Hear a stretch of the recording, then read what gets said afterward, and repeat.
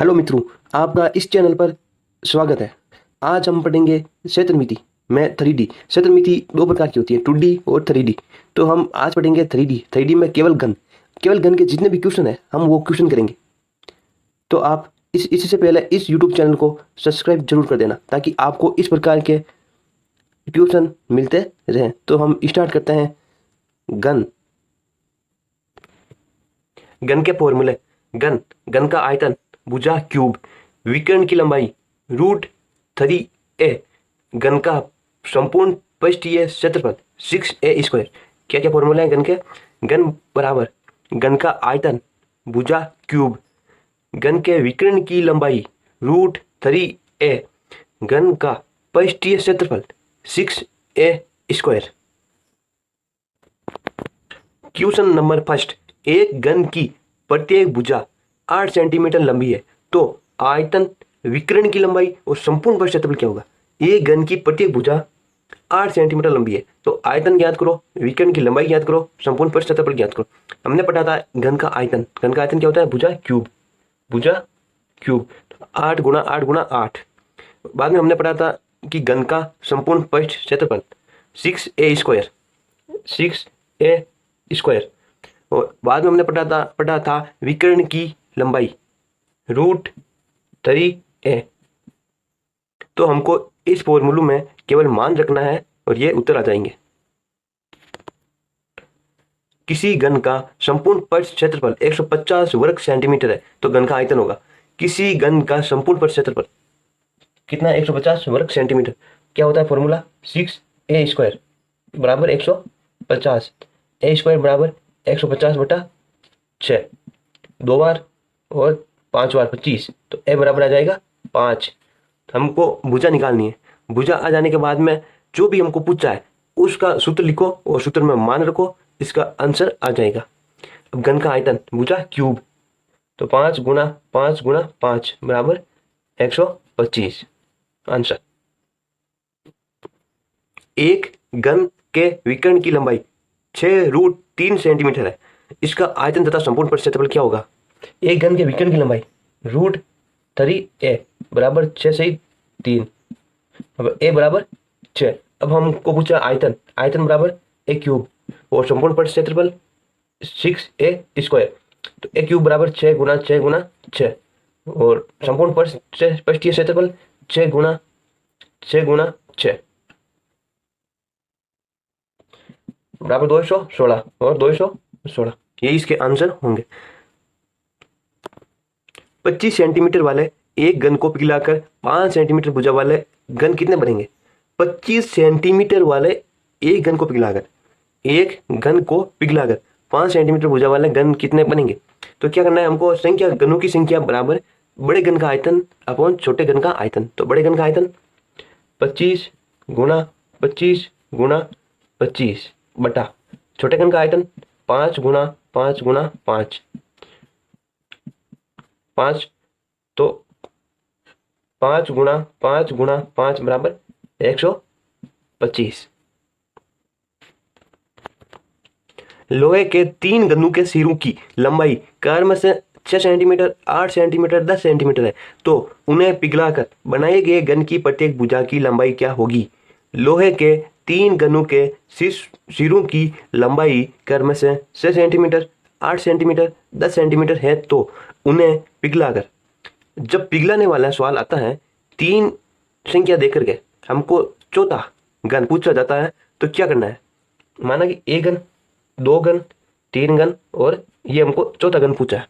तो पहले देखो संख्या 6, 8, 10, 6, 8, 10 और 12, क्योंकि 2 का अंतर चल रहा है और ये एक सीरीज बन रही है 6, 8, 10, 12। यही इसका आंसर होगा 12। Question number 6। धातु के बने एक घन की प्रत्येक भुजा 12 सेंटीमीटर है, इनको पिघलाकर 3 छोटे घनों में डाला गया है। यदि इनमें से 2 घनों की भुजाएं क्रम से 6, 8 है, तो तीसरे की लंबाई क्या पूछा है? 1 घन, 2 घन, 3 घन और 4 नंबर घन। धातु के बने एक घन की प्रत्येक भुजा 12 सेंटीमीटर, इनको पिघलाकर 3 छोटे घनों में डाला गया है। 1 2 3। यदि इनमें से दो घनों की भुजा 6 8 तो तीसरे की लंबाई क्या होगी, हमको ये पूछा है। तो सीरीज बन रही है 6 8 10 12, तो क्या उत्तर हो जाएगा 10।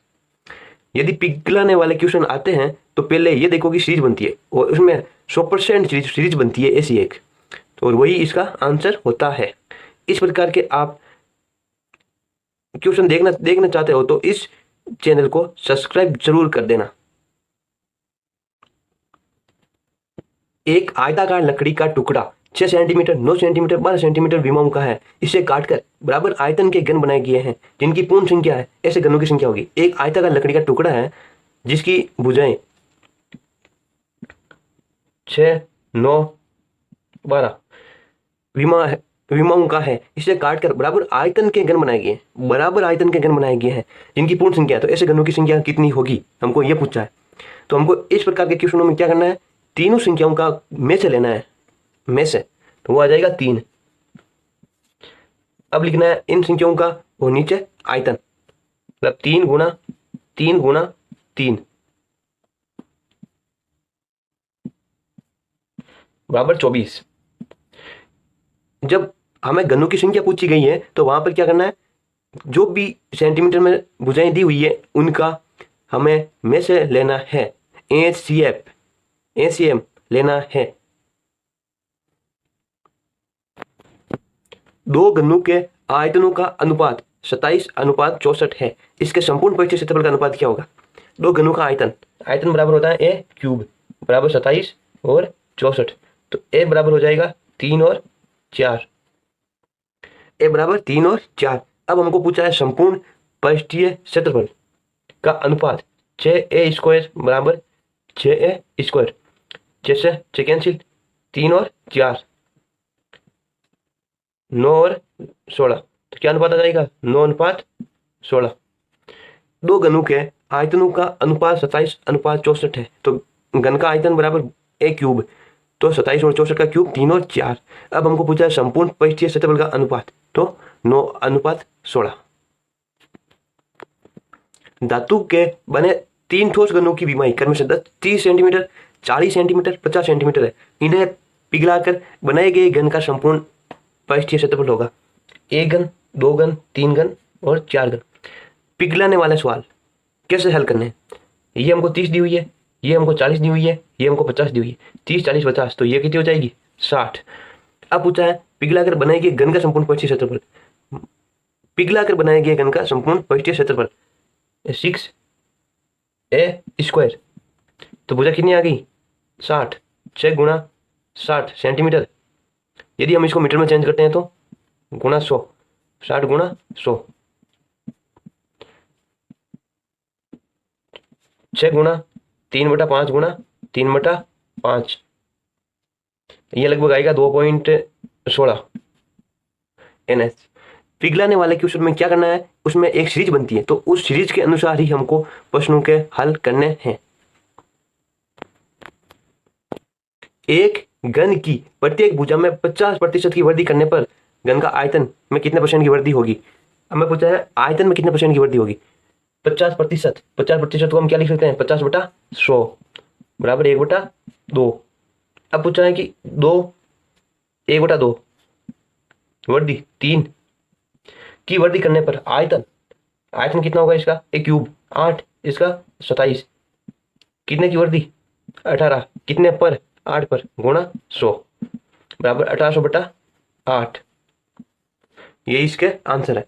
एक घन की प्रत्येक भुजा में 50% की वृद्धि करने पर आयतन में वृद्धि कितनी होगी, तो 50%, 50/100 बराबर 1/2, 2 से 3, मतलब कमी होती तो हम लिखते हैं यहाँ पर 2 और 1, पर वृद्धि है तो हम लिखेंगे 2 और 3। तो अब पूछेंगे कि आयतन में वृद्धि, तो आयतन 2 एक क्यूब 8 और 27, दोनों का अंतर 18/8 गुणा 100।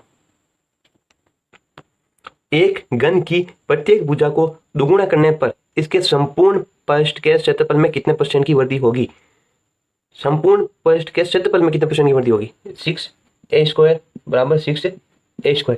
एक घन की प्रत्येक भुजा को दुगुना करने पर, माना कि पहली भुजा 1 है तो 6, भुजा को दुगुना करने पर 6 गुणा 2 गुणा 2, 24 करने पर इसके संपूर्ण पृष्ठ के क्षेत्रफल में कितने परसेंट की वृद्धि हुई?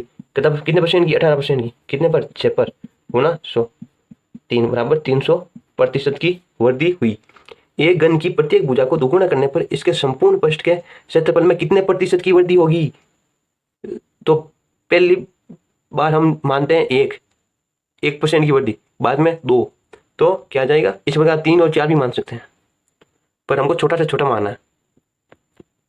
एक घन के विकर्ण की लंबाई 17.32 सेंटीमीटर है, तो घन का आयतन होगा विकर्ण की लंबाई √3a बराबर 17.32, तो a बराबर 17.32 बटा √3, √3 का मान 1.732, √3 का मान होता है 1.732, तो 17.32 बटा 1.732 गुणा 3 जीरा और 2 जीरा, यहाँ पर 0.2 के बाद में तो 2, यहाँ पर 3 के बाद में तो 3, ये कैंसिल बराबर 10, ए बराबर 10। अब घन का आयतन 10 गुणा 10 गुणा 10 बराबर 1000 सेंटीमीटर। तो इस प्रकार आज हमने किए हैं केवल घन के ऑल टाइप्स। घन के ऑल टाइप्स। हम अगले वीडियो में करेंगे 3D की एक टाइप्स और, जिसमें घनाभ रहेगा। इससे पहले आप इस चैनल को सब्सक्राइब जरूर कर देना। यदि आपको ये वीडियो अच्छा लगे तो इस वीडियो को लाइक कर देना।